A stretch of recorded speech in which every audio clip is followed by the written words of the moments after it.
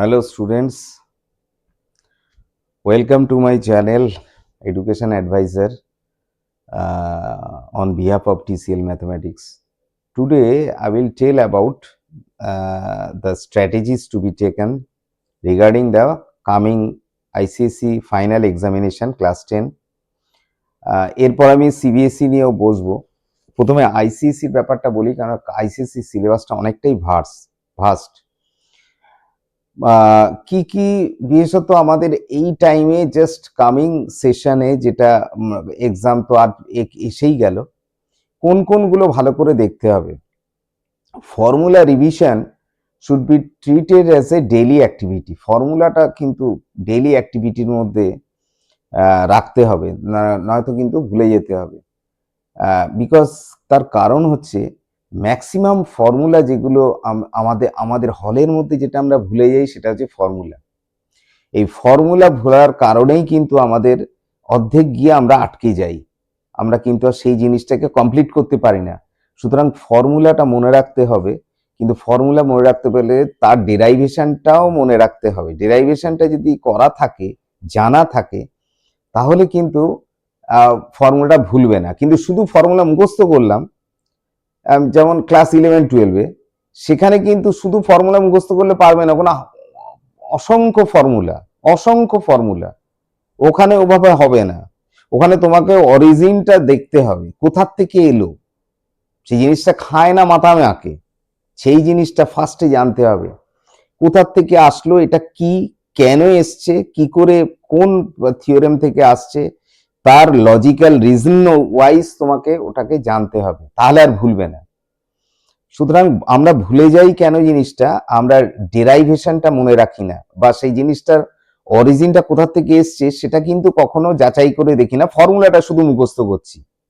কিন্তু শুধু ফর্মুলা মুখস্থ করলে হয় না, হয়তো 5-7 দিন মনে থাকবে, কিন্তু লং রানে গিয়ে মনে থাকবে না। সুতরাং সেই জিনিসটার অরিজিনটা জানতে হবে, সেটা বারবার প্র্যাকটিস করতে হবে, সেই রিলেটেড 2-একটা অঙ্ক করতে হবে। অঙ্ক তো করতেই হবে, সেই রিলেটেড অঙ্ক করলে জিনিসটা আরো বেশি ভালো করে মনে থাকবে। আর একটা ব্যাপার হচ্ছে, প্রিভিয়াস ইয়ারের 10 বছরের কোশ্চেন সলভ করতেই হবে, কেননা রিপিটেশন কিন্তু হয়, সব অঙ্ক রিপিটেশন হয় না, কিন্তু কিছু অঙ্ক আছে দেখা যাবে কমন পড়েছে, 2 কি 3টে পড়বেই। সুতরাং 10 বছরের মধ্যে যে কোনো একটা বছরের থেকে কোশ্চেন কমন পড়বে। সুতরাং প্রিভিয়াস 10 ইয়ার্সের সমস্ত কোশ্চেনগুলো টাইম ধরে প্র্যাকটিস করতে হবে, 10 করে রাখা ভালো। আরো কিছু কিছু আছে স্যাম্পল পেপার, বিভিন্ন অর্গানাইজেশন আছে, বিভিন্ন পোর্টালস আছে, সেখানে যে সমস্ত রয়েছে, মানে অ্যাসেসমেন্ট পেপার, স্যাম্পল পেপার, সেইগুলো করলে খুব ভালো। ইভেন আইসিএসসি অর্গানাইজেশনের যেটা আছে অফিসিয়াল ওয়েবসাইট থেকে, সেটা তো করতেই হবে, এবং তার রিলেটেড যে সমস্তগুলো আছে সেই পোর্টাল থেকে বের করে এনে তোমাকে কিন্তু সলভ করতে হবে, তাহলে কিন্তু নলেজটা বেশ ভালো হবে। মানে এই যে ভার্সাটাইলিটি, এই যে চারিদিকে কি কি ধরনের ঘটছে, কি কি ধরনের কোশ্চেন আসতে পারে, এটাকে কিন্তু প্র্যাকটিস করতে হবে। আর একটা ব্যাপার হচ্ছে, সেইটা তো সলভ করতেই হবে, যেটা আমি বললাম যে 10 বছরের প্রিভিয়াস 10 ইয়ার্স যত কোশ্চেন সলভ করতে হবে, কোনটা রিপিটেড হচ্ছে, কি ধরনের কোশ্চেন রিপিটেশন হচ্ছে, কি ধরনের প্যাটার্নস রিপিটেড হচ্ছে, সেটা দেখতে হবে। কেন প্যাটার্নস কিন্তু খুব চেঞ্জ হচ্ছে, কোনো প্যাটার্ন ফিক্সড নেই। টাইম আর ট্রেন ধরে, মানে টাইম ধরে তোমাকে কিন্তু জিনিসটা করতে হবে। আমি আগেও বলেছি, টাইম ধরে করতে হবে, তাহলে এক্সামের টাইমে প্রেশারটা অত পড়বে না, এবং ডিসিশন মেকিং ব্যাপারটা কিন্তু তোমায় রাখতে হবে, গুড ডিসিশন মেকার হতে হবে। এখানে আমি দেখেছি বিশেষত হলে গিয়ে বেশিরভাগই কনফিউজড হয়ে যায় এবং টেনশনে ডিসিশন হারিয়ে ফেলে, যে এটা আগে করব, ওটা আগে করব, এই টাইম, এই অঙ্কে এতটা টাইম দেবো। এই ডিসিশন মেকিং ব্যাপারটা যার যত ভালো, সে তত ভালো মার্কস গ্যাদার করতে পারবে, স্কোর করতে পারবে এক্সামে। ফর্মুলার জন্য আমার মনে হয় একটা স্পেশাল নোটবুক রাখা ভালো। এই দেয়ালে এদিক ওদিক টাঙিয়ে ও হয় না ঠিক। একটা আমার নোটবুক থাকলো, সেখানে সমস্ত ফর্মুলা লেখা থাকবে, সেটা আমি একবার দেখব সকালে, বিকেলে সেটা আমি লিখব। সকালে দেখব, বিকেলে লিখব, সাথে সাথে লিখবো না, তাহলে কিন্তু কোনো এফেক্ট হবে না। সুতরাং তোমায় কি করতে হবে, জিনিসটা তুমি সকালে দেখলে জিনিসটা কি কি ফর্মুলা, অনেকগুলো ফর্মুলা একসাথে জট ডাউন করে, এবং বিকেলে সেটাকে না দেখে পুরো লেখার চেষ্টা করতে হবে। এইভাবে জিনিসটা কি ডেভেলপমেন্টটা হয়। এইটা হচ্ছে procedure for a good study. Study অনেক রকম আছে, ভ্যার করে শুধু পড়ে গেলে হবে না, কিছুই হবে না, কোনো লাভ নেই। ভ্যার করে পড়ে গেলে কোনো লাভ হবে না, তাতে এনার্জি নষ্ট হবে। তোমাকে সিস্টেমেটিক সাইন্টিফিক ওয়েতে করতে হবে, যেটা সাইন্টিফিক ওয়ে মানে তোমাকে টাইম মেনটেন করে কি কি সাবজেক্ট আজকে পড়বো সেগুলো আগে শিডিউল করে নিয়ে, এর এত টাইম দেবো, এটা এত টাইম দেবো, এটা আজকে এইগুলো লিখবো, আজকে এই ফর্মুলাটা লিখবো, ব্যাস হয়ে গেল। বেশি না, এদিক ওদিক অনেক কিছু না, আগেই শিডিউল করে নিতে হবে এইগুলো আজকে শেষ করব। এরম সিস্টেমেটিক স্টাডি করলে কিন্তু ভালো মার্কস পাওয়া যায়। আর একটা হচ্ছে স্ট্রং টপিক, উইক টপিক আছে। স্ট্রং টপিকে তো দিতেই হবে বেশি, উইক টপিকস গুলো যেগুলো আছে সেগুলো তো একবার করে দিলাম, কিন্তু স্ট্রং যেগুলো আছে সেগুলো কিন্তু বেশি জোর দিতে হবে, বেশি তার দিকে মানে প্রায়োরিটি দিতে হবে। সব জিনিসগুলোকে মানে আলাদা আলাদা করে কিন্তু তোমার মেমোরিতে রাখতে হবে। যে একটা আমি মেমোরিতে রাখলাম, ওর জন্য ওটা ভুলে যাচ্ছি, এই জিনিস করলে হবে না। সেই জন্যই বলছি যে যে জিনিসটা করব সেটার অরিজিনটা জানতে হবে, তাহলে কিন্তু ভুলবে না। কখনো কেউ ভোলে না, কখনো কেউ কিছু ভোলে না, ভুলে যায় কারণ হচ্ছে সে সেই জিনিসটার অরিজিনটা জানে না, বা সেই জিনিসটা কিভাবে এলো সেটা সে ডেরাইভ করে দেখে না। সেই জন্যই ফর্মুলা মুখস্থ করে ভুলে যায়। এরকম 50টা মুখস্থ করবে, 10-15টা মনে থাকবে, বাকিটা মনে থাকবে না। সুতরাং এটা অ্যাডভাইস যে জিনিসটাকে বেশ ভালোভাবে বুঝে তারপরে মুখস্থ করে লেখা, সবগুলো একসাথে করতে হবে। কিন্তু জিনিসটা বুঝলাম, মুখস্থও করলাম, আবার লিখলাম, তিনটে করতে হবে একসাথে। শুধু বুঝলাম হবে না, তোমায় কিছু কিছু জায়গায় মুখস্থ করতে হবে। আবার সেটা শুধু মুখস্থ করে মনে রাখলাম হবে না, লিখিত করতে হবে, যে লেখার সময় আমার কোনো গন্ডগোল হচ্ছে কেন কি না, মেমোরি ঠিক মতো কাজ করছে কিনা। এই যে কম্বাইন্ড যে এফেক্টটা, পুরো জিনিসটাকে মেমোরিতে নেয়া, সেই জিনিসটাকে রিক্যাপিচুলেট করা, সেটাকে উগরে দেয়া হলে, হ্যাঁ, এই জিনিসটাকে একটা মানে প্রসেসে তোমাকে করতে হবে। এই এই যে সিস্টেমেটিক ওয়েতে স্টাডি করা, এটা কিন্তু খুব ভালো একটা গুড হ্যাবিট। এই হ্যাবিটটা ছোটবেলা থেকে জেনারেট করতে পারলে খুব ভালো হয়। সেরকম গাইডেন্স ভালো পেলে ভালো হয়, ভালো টিচার ভালো গাইডেন্স দেবে। আজকাল তো স্কুলে সেরকম টিচিং হয় না, তাদের স্কোপও নেই টিচারের। সুতরাং বাড়ির আসল তোমার ভিত নির্ভর করছে কিন্তু বাড়ির টিউটরের উপর। সেই বাড়ির টিউটর যত ভালো তোমাকে ওয়েতে গাইড করবে, তুমি তত তোমার ব্যাকগ্রাউন্ডটা স্ট্রং হবে, তোমার ভিতটা তত শক্ত হবে। সুতরাং এই হচ্ছে, এই গেল প্রিপারেশনের ব্যাপারগুলো, কিভাবে প্রিপেয়ার হতে। এই পরে হচ্ছে কি কি মিস্টেক জেনারেলি করে ছেলেরা বা মেয়েরা হলে। মেন মিস্টেক যেটা দেখেছি সেটা হচ্ছে ক্যালকুলেশন মিস্টেক। স্টুডেন্টস তাড়াতাড়ি করতে যাচ্ছে, টাইম হয়ে যাচ্ছে, তাড়াতাড়ি করতে যাচ্ছে, চেকিং ভালো করে করলো না, ইন্টারমিডিয়েট স্টেপস গুলো জাম্প করে গেল, অ্যালজেব্রা বা মেনসুরেশনে হয়তো জাম্প করে করলো, বা সেই জিনিসটা স্টেপ গুলো করলো না, তাই সেটা কিন্তু একটা বিরাট মিস্টেক, সেখানে মার্কস কাটা যাবে। আচ্ছা, skipping steps is a major মানে reason for losing marks. Step jump করলে হবে না, স্টেপ জাম্প করলে বলে তুমি দেখে দেখে করেছো, তোমার পরের লজিক্যাল স্টেপটাই নেই, সুতরাং ওখানে স্টেপ মার্কিং কেটে নেবে, ওই স্টেপের মার্কটা কেটে নেবে। সব স্টেপিং কিন্তু করা, ধরো একটা 5 মার্কসের কোশ্চেন অ্যান্সার, সেখানে এখানে 1.5, এখানে হাফ, এখানে হাফ, এখানে 1, এইভাবে প্রত্যেকটা কোশ্চেন কিন্তু স্টেপ ওয়াইজ মার্কিং আছে, মার্কিং স্কিম আছে যারা এক্সামিনার খাতা দেখে। সুতরাং তোমার দেখবে যে স্টেপ গুলো ঠিক আছে কিনা, যে স্টেপে ভুল আছে সেটুকু মার্কস যাবে, তোমার অ্যান্সার ঠিক হলেও যাবে। আবার অ্যান্সার ভুল হলেও যে পুরো কাটা যাবে তা নয়, যদি স্টেপগুলো ঠিক থাকে সেই স্টেপগুলোর মার্কস তুমি পাবে। আর একটা হচ্ছে লেভেল ডায়াগ্রাম করতে হবে। কোনো ডায়াগ্রাম আঁকলাম, সে ট্রায়াঙ্গেল হোক, কোয়াড্রিল্যাটারাল বা যে কোনো ধরনের ড্রয়িং এর ক্ষেত্রে লেবেলিং করতে হবে, খুব নিট অ্যান্ড ক্লিন হতে হবে। খুব ভালো ড্রয়িং তা নয়, কিন্তু নিট অ্যান্ড ক্লিন জিনিসটা যেন বোঝা যায়, রিডেবল হয়, বুঝতে পারে, সেই জিনিসটা কিন্তু খুব ভালো করে করতে হবে। আর হচ্ছে রিভিশনটা তো ইরেগুলার হলে হবে না, রিভিশনটা করলে ফর্মুলাগুলো মনে থাকবে, রিভিশনটা করতে হবে। অনেকে রিভিশন করে না, অনেকে কি করে বারে বারে এই অঙ্কই করে যাচ্ছি, একই অঙ্ক শেষ হচ্ছে না, আমি এই চ্যাপ্টারের সমস্ত অঙ্ক শেষ করে দেবো যত বই আছে। না, ওই করলে হবে না। তোমাকে কতগুলো সিলেক্টেড সামস করতে হবে যাতে সবগুলো সমান স্ট্রেস পড়ে, সব চ্যাপ্টারগুলো সমান স্ট্রেস দিয়ে পড়তে হবে, নয়তো কিন্তু একটা বেশি ভালো হবে আর একটা খারাপ হয়ে আর একটা আনডান থেকে যাবে। সুতরাং এই সমস্ত কারণে সবগুলোর উপর কিন্তু মোটামুটি টাচে রাখতে হবে, সব সাবজেক্টগুলোর উপরই। আমি যেমন সায়েন্স, ম্যাথ বলছি, অন্যান্য যেগুলো আছে হিস্ট্রি, জিওগ্রাফি, ইংলিশ, সেগুলোও কিন্তু এই সিস্টেমেটিক ওয়েতে পড়তে হবে। যে সব এই সপ্তাহের এই দুদিন ম্যাথ করলাম, সায়েন্স করলাম, এই দুদিন হিস্ট্রি, জিওগ্রাফি, এই দুদিন সায়েন্স বা ইংলিশ, এইভাবে ভাগ করে নিতে হবে। নয়তো কিন্তু প্রত্যেকটা টাচে টাচে সার্কুলেটলি যেন টাচটা থাকে। আমি 1 মাস হয়ে গেল শুধু হিস্ট্রি, জিওগ্রাফি আর ইয়েতে আমি শেষ করতে গিয়ে অঙ্ক হলো না, তাহলে গেছে, বা শুধু অঙ্ক হলো, অন্যান্য সাবজেক্ট গুলো টাচই হয়নি, তাহলে কিন্তু আবার সব ভুলে যেতে হবে।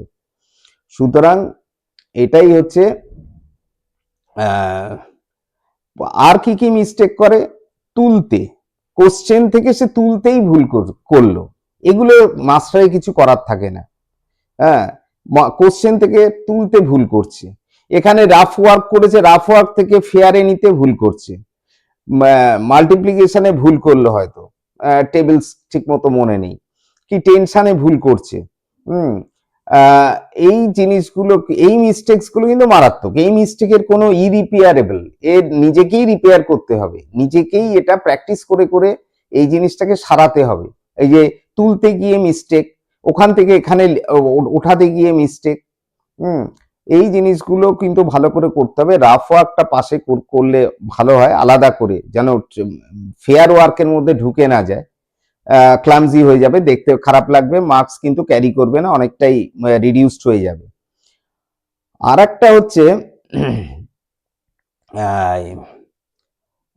পুরো কিন্তু পেপারটা শেষ করে আসতে হবে, বারেবার বলছি, সেই জন্যই বলছি যে টাইম ম্যানেজমেন্ট একটা বিরাট ব্যাপার। পুরো পেপার শেষ না করে আসলে কিন্তু মার্কস অনেকটা কমে যায়। আমি দেখেছি, প্রচুর এক্সপিরিয়েন্স আমার হয়েছে।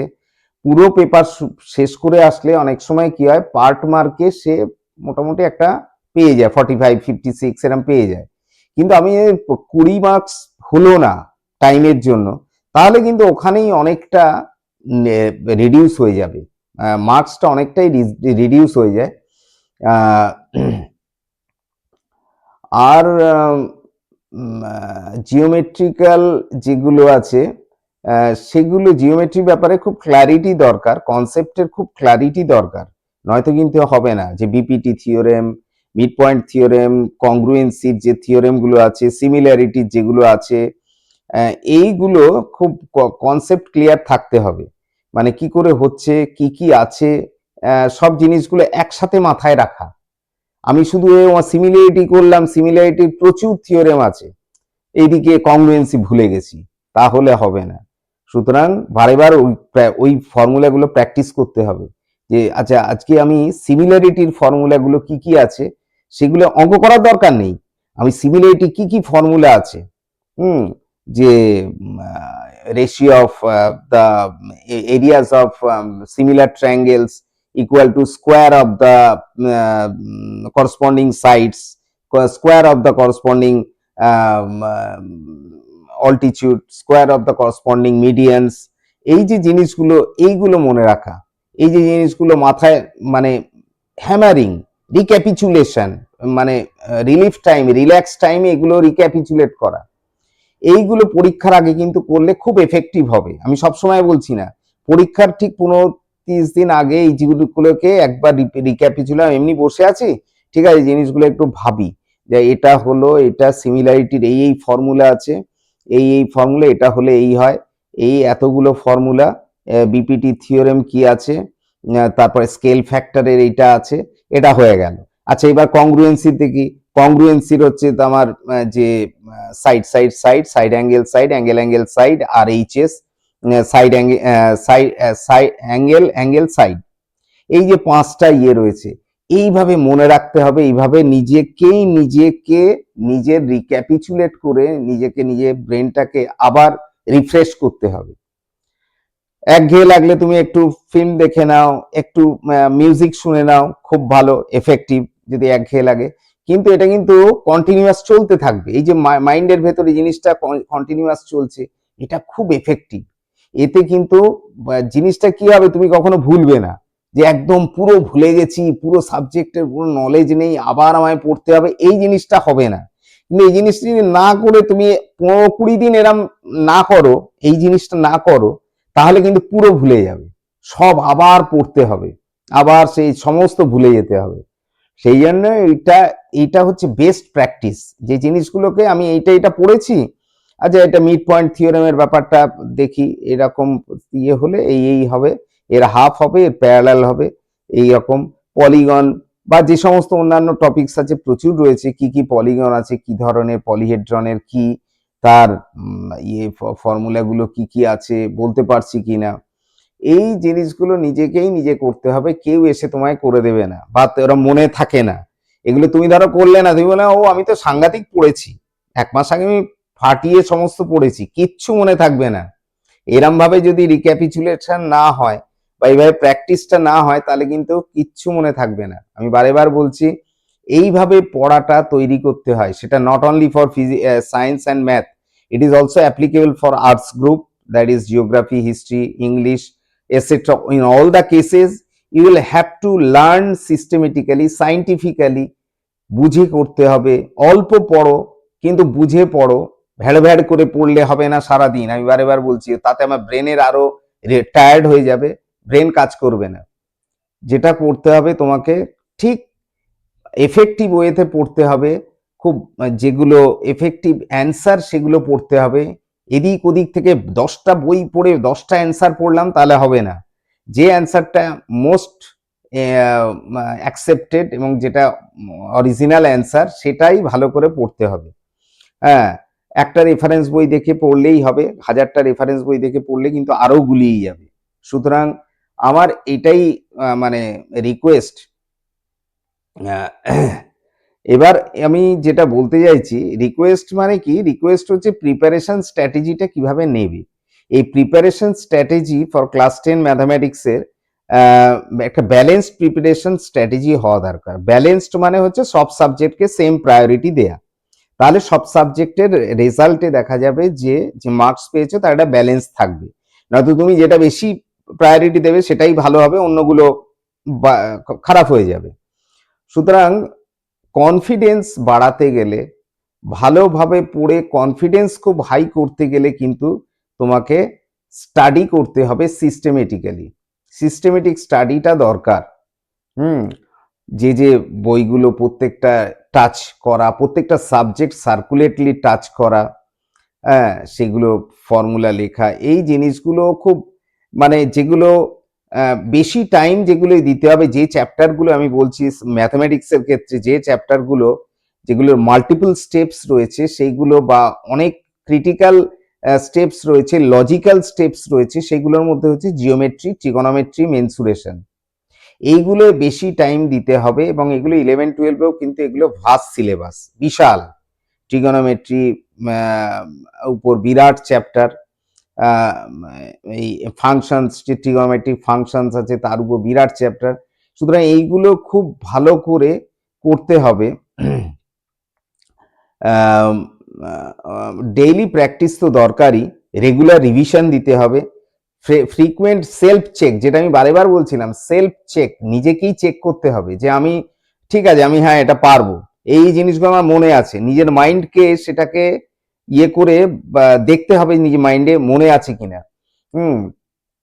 আইসিএসসি ক্লাস 10 যে ইম্পর্টেন্ট টপিকসগুলো আছে সেগুলোর উপর বেশি জোর দিতে হবে, ইম্পর্টেন্ট টপিকসগুলো, এবং প্ল্যানিংটা খুব সুন্দর করে করতে হবে, উইকলি শিডিউল করে।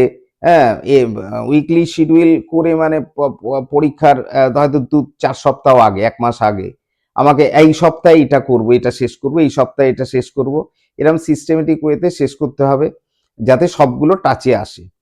এই আর মেন্টালি যে ক্যালকুলেশনের প্র্যাকটিসটা এখন থেকে করা উচিত। মেন্টালি ক্যালকুলেশন মানে এই যে অ্যাবাকাস ট্যাবাকাস করায়, কিন্তু তার কোনো প্র্যাকটিক্যাল অ্যাপ্লিকেশন আমি দেখি না।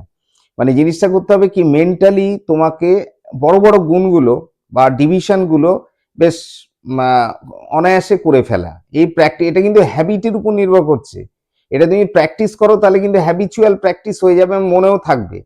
হ্যাঁ, এই জিনিসটা যে খুব কঠিন কঠিন গুণগুলো করে ফেলা, হ্যাঁ, কঠিন কঠিন ডিভিশন গুলো একবারে করে দেয়া, বা এই সিম্পলিফিকেশনটা খুব সিম্পলিফাইড ওয়েতে করা, এটার উপর কিন্তু খুব জোর আস্তে আস্তে দিতে হবে।